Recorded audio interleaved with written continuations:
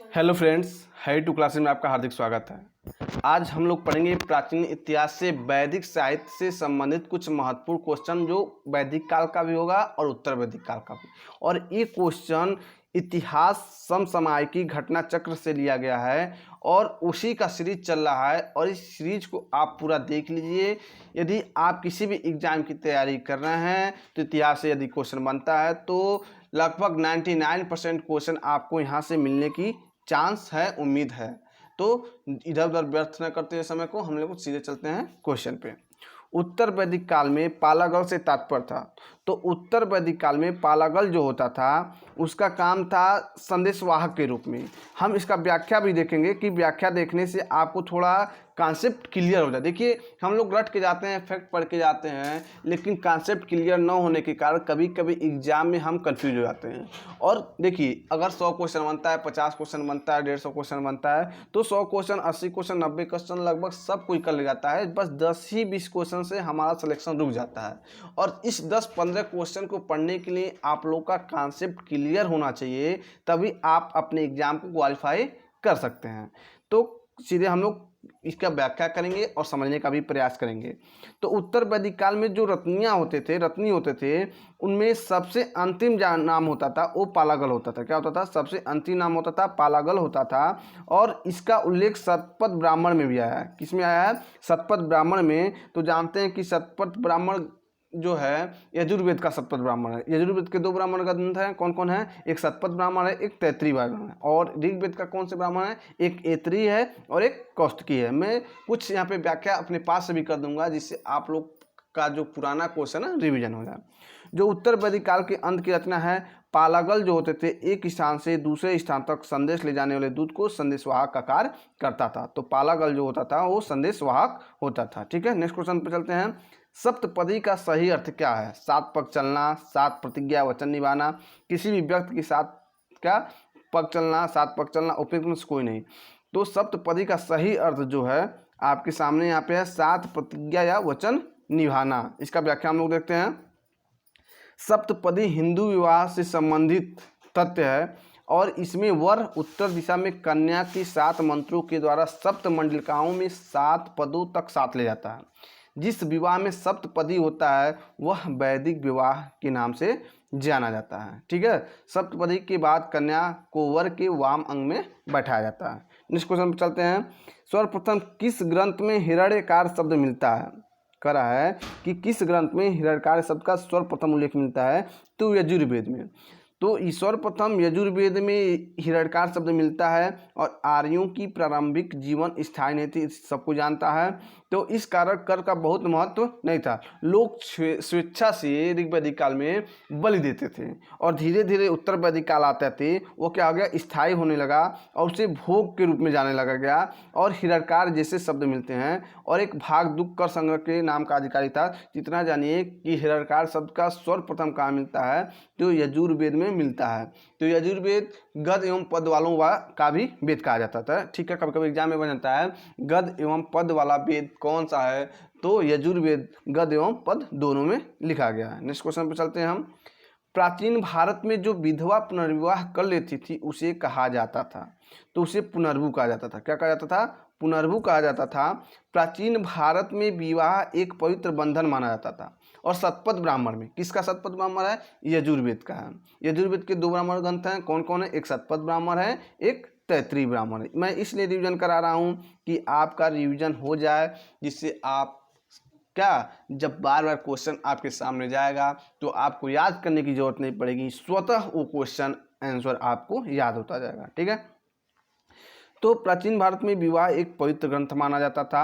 और शतपथ ब्राह्मण में पत्नी को पति की अर्धांगिनी माना गया। तो कभी कभी एग्जाम में भी क्वेश्चन बना हुआ है कि किस ग्रंथ में पत्नी को पति का अर्धांगिनी माना गया है? तो शतपथ ब्राह्मण में। आप लोग इसे याद रखिएगा।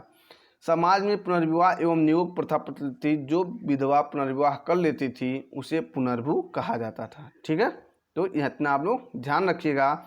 और पूछ देगा कि अगर ऐसा शब्द बन जाए कि जीवन भर अविवाहित रहने वाली स्त्रियों को क्या कहा जाता था? तो अमाजु कहा जाता था। इतना आप लोग ध्यान रखिएगा। नेक्स्ट चलते हैं कि निम्नलिखित में से जिस वेद की रचना गद्य एवं पद दोनों में की गई है वो कौन सा वेद है?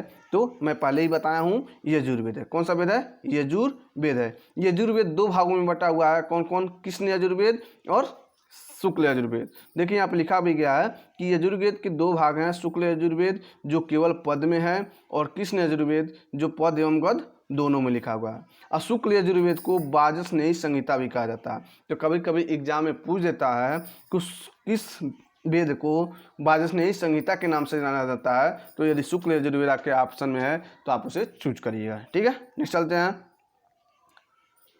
यहाँ वही क्वेश्चन है, फिर लिख रहा है कि निम्नलिखित में से कौन सा वेद अंशतः गद्य में लिखा गया है? तो यही यजुर्वेद में लिखा गया, गद्य और पद दोनों में लिखा गया है। नेक्स्ट क्वेश्चन पे चलते हैं। ये बहुत ही इंपॉर्टेंट क्वेश्चन है, पीजीटी में पूछा गया और टीजीटी में आने की बहुत ही संभावना है। निम्नलिखित में से कौन सा ग्रंथ प्राचीन भारतीय या गणित का प्राचीनतम साक्ष्य है? तो शुल्ब सूत्र जो है यही भारतीय गणित का प्राचीनतम साक्ष्य है। इसके अंतर्गत क्या है समझ लेते हैं हम लोग व्याख्या में। शुल्ब शब्द या शुल्ब धातु से बना है जिसका अर्थ होता है नापना। साधारण भाषा में शुल्ब का अर्थ होता है रस्सी। प्राचीन काल में ऋषि जो होते थे यज्ञ की विभिन्न प्रकार के, जैसे हवन जो होता था पहले, तो आप लोग देखते हैं कि उसे हम आजकल तो ट्रेंड बदल गया है कि लोग लोहे के बना के उसमें कर रहे हैं, कोई मिट्टी का बना कर रहा है, कोई ईंट पे बना के कर रहा है, लेकिन ऐसा नियम नहीं है। जो हमारा समाज है ये अब बदल रहा धीरे धीरे, लेकिन प्राचीन भारत में जो होता था शुल्ब सूत्र के अनुसार किस प्रकार से लंबाई होना चाहिए, किस प्रकार उसका चौड़ाई होना चाहिए, शुल्ब सूत्र में ये सब दिया गया है, उसी के हिसाब से हवन होना चाहिए। ठीक है, नेक्स्ट क्वेश्चन चलते हैं। यहाँ पे अन्य महत्वपूर्ण तथ्य उसे एक बार देख लीजिए सरसरी निगाहों से।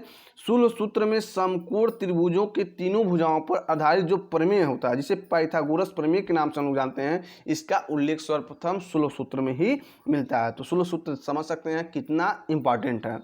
इसमें त्रिभुजों तथा चतुर्भुजों, वर्ग हो गया, आयत हो गया, समलंब चतुर्भुज हो गया, विभिन्न रचनाओं का उल्लेख इसमें मिलता है।